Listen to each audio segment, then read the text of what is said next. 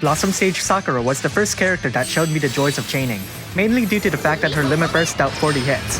Unfortunately, it was also rather weak, so it lost its luster pretty quickly. Kind of like Sakura here.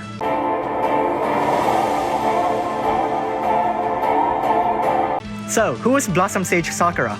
She was a magic damage dealer that carried a nice batch of support abilities. She could grant resistance to all status ailments, a team-wide MP regen, and the ability to imbue lightning onto other allies.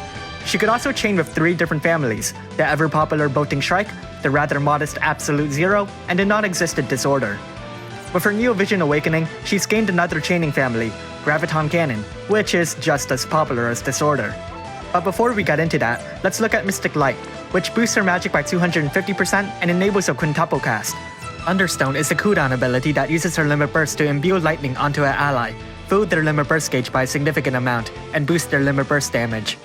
Quick Lightning Flash is a brave ability that deals lightning damage that gets stronger with every use. It also lowers the enemy's lightning resistance by 120%.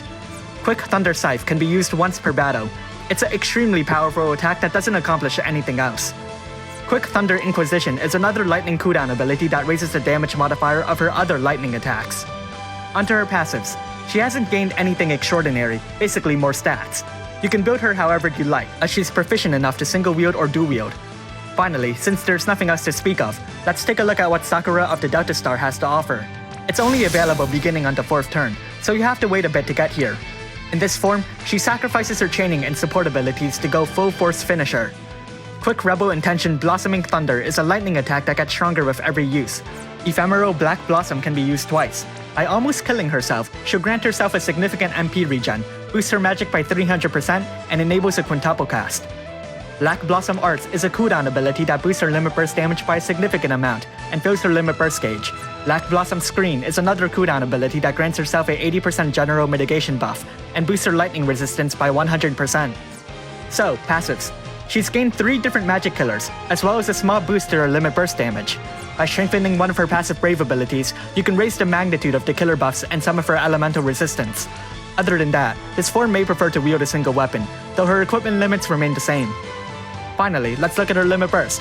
It's a powerful lightning attack that partially ignores the enemy's spirit, inflicts a 120% lightning imperil, and then inflicts a 100% full break on herself. Well, on that happy note, let's prioritize Brave abilities. I suggest Quick Thunder Flash to raise its damage output and imperil, Mystic Light to strengthen her buffs, Sage in Black to raise her killers and elemental resistance, Blossom Sage to boost her magic stat, and Quick Rebel Intention Blossoming Thunder to raise its damage output. Let's make a damage rotation. As usual, I'm assuming your skills are maxed. On turn 1, cast Mystic Light and use any other support ability. On turn 2, quintuple cast Quick Lightning Flash. On turn 3, quintuple cast Quick Lightning Flash. On turn 4, cast Mystic Light and use another support ability. On turn 5, cast Quick Thunder Inquisition and quadruple cast Quick Lightning Flash. On turn 6, quadruple cast Quick Lightning Flash and top it off with Quick Thunder Scythe.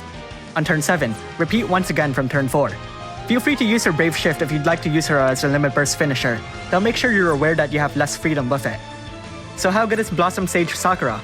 Despite possessing a chaining ability that no one else has, she's overall a solid Neo Vision Awakened character. Her damage output is comfortably above her Halloween counterpart, though most players would probably prefer the Grim Lord anyways. Even so, if you have another unit that can cover the support, you can rely on Blossom Sage Sakura to bring the damage.